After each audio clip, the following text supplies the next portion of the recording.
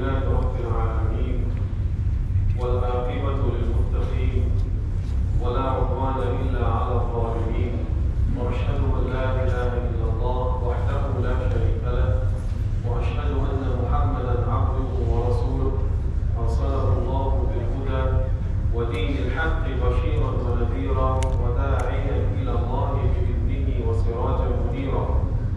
أما بعد أيها الإخوة الكرام أوصيكم ونفسي أولا بتقوى الله فإن الله جل وعلا قد أمرنا بذلك حيث قال يا أيها الذين آمنوا اتقوا الله حق تقاته ولا تموتن إلا وأنتم مسلمون. Indeed, all praises belong to Allah subhanahu wa ta'ala, for He is the creator, sustainer, and controller of the universe and all within.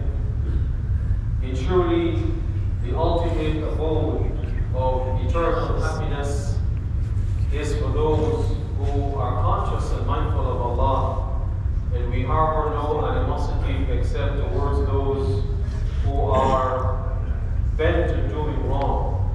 I bear witness that there is no God worthy of worship but Allah. He is one and has no partner.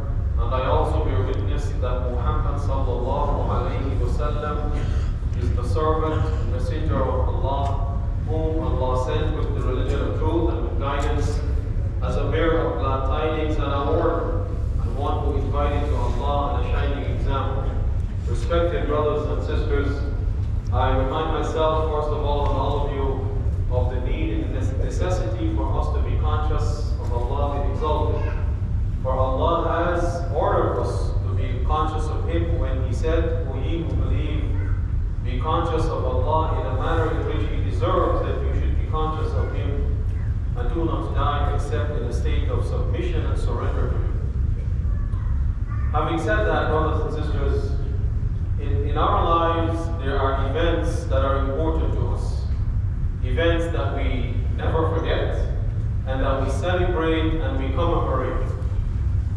For almost everyone, their birthday is something they never forget, and they would like people to remember their birthdays. If you are a young person, you might even look forward to gifts. Wedding anniversaries or marriage anniversaries are also events that people don't forget. But about 3 weeks ago, brothers and sisters, the anniversary of an event happened. An event so significant that it actually changed the course of the world. But there were no fireworks, no one stayed awake to count down. I'm talking about the Islamic New Year, or the Hijri New Year. It is based on the Hijrah, brothers and sisters. Based on the Hijrah or the migration of the Prophet ﷺ and the Sahaba, the Muhajirin from Makkah to Medina. Now it does not seem like a very significant event. Because when we talk about the Hijrah, we're not talking about thousands of people uprooting and moving to Medina, emptying the city of Makkah. No. If you look at the Muhajirin who migrated in the first few months when the Hijrah was permitted, their number is under 100 people. SubhanAllah. Less than 100 people migrated. So it does not seem like a significant event. Yet, when the Khalifa, Umar ibn Khattab, when he wanted to officially institute an Islamic calendar for the Muslims, he gathered the Sahaba, who were alive at that point in time. And this occurred in the 16th year of the Hijrah, when he was the Khalifa. And they brainstormed as to an event that is significant enough from which you can date all other events. Interestingly, brothers and sisters, some of the companions mentioned the birth of the Prophet ﷺ. All right, we make a big deal out of the birthday of the Prophet ﷺ. The Sahaba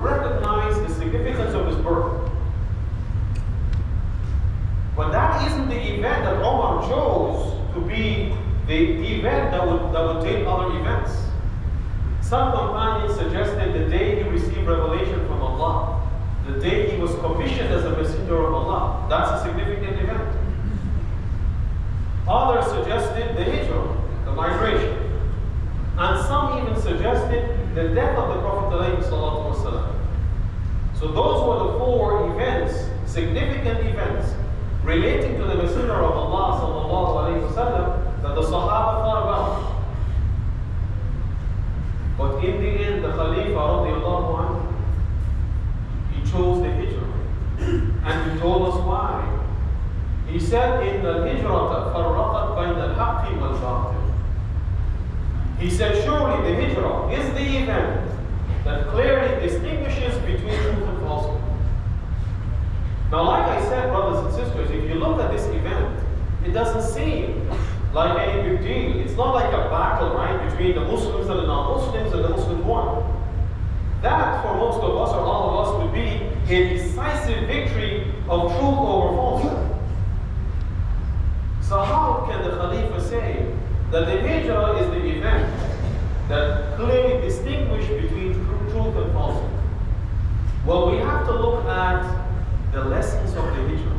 We have to look at the purpose of the hijrah, and then we will understand that it is very significant. In fact, it's even more significant than the battles that the disbelievers fought against the Prophet ﷺ and the Muslims, even though the Muslims were victorious.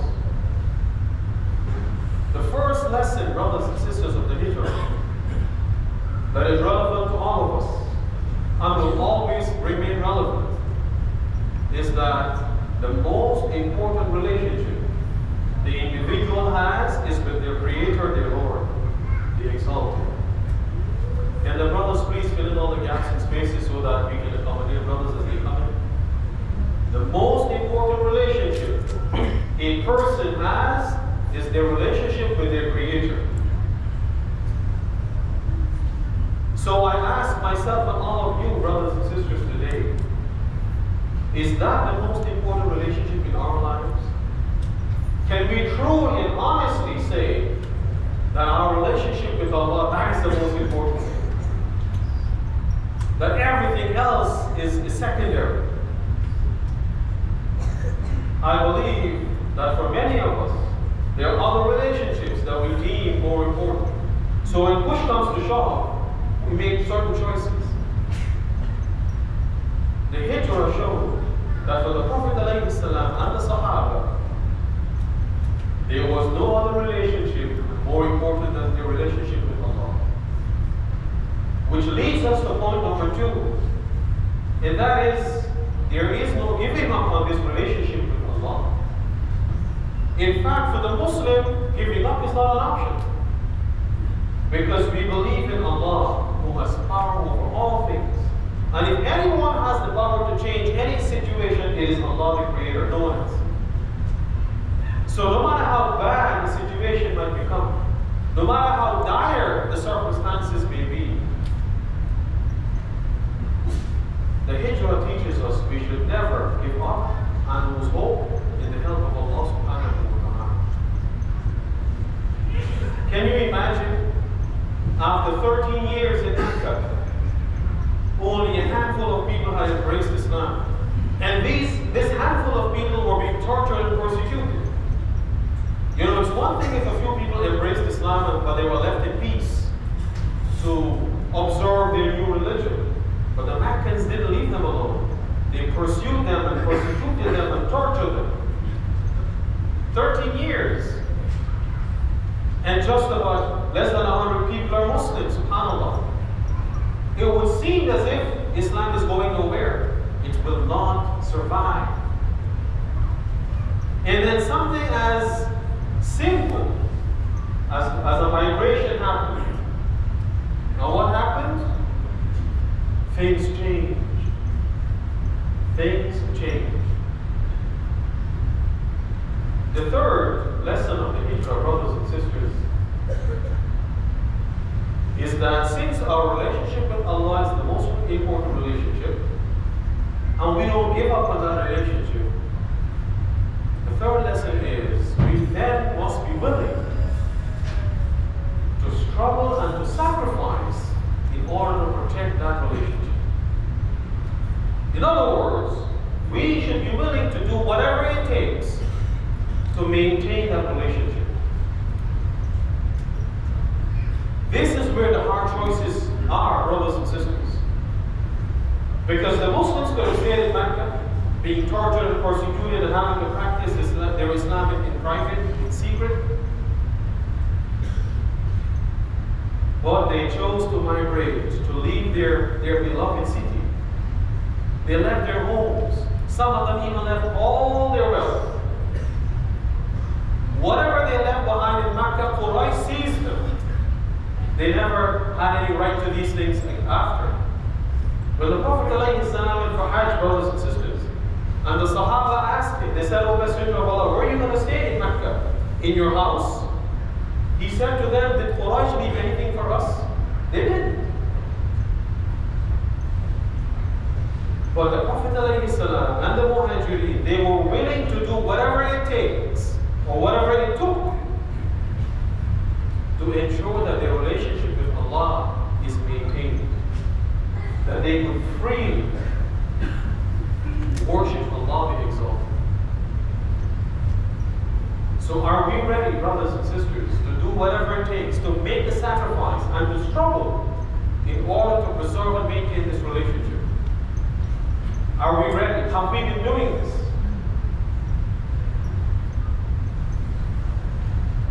Or when tough decisions have to be made, we're more concerned with about our own comfort and easy living. Brothers and sisters, the hijrah is about change. It's about transformation. It's not just about physically uprooting from one place and going to another.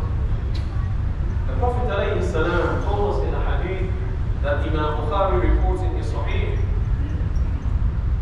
And in this hadith, the Prophet ﷺ gave us a different perspective on migration. See, when we hear the word hijrah or migration, we think about moving from one place to another. The Prophet ﷺ showed us that there is a spiritual migration. So you might be physically in one place, but you can still engage in this spiritual migration, where you're moving from one place to another. He said, alayhi salam, وَالْمُهَاجِرُ مَنْ هَجَرَ مَا نَهَى اللَّهُ عَنْهُ. And the immigrant, or the migrant, the muhajir, is the person who shuns and avoids and stays away from the things that Allah has prohibited.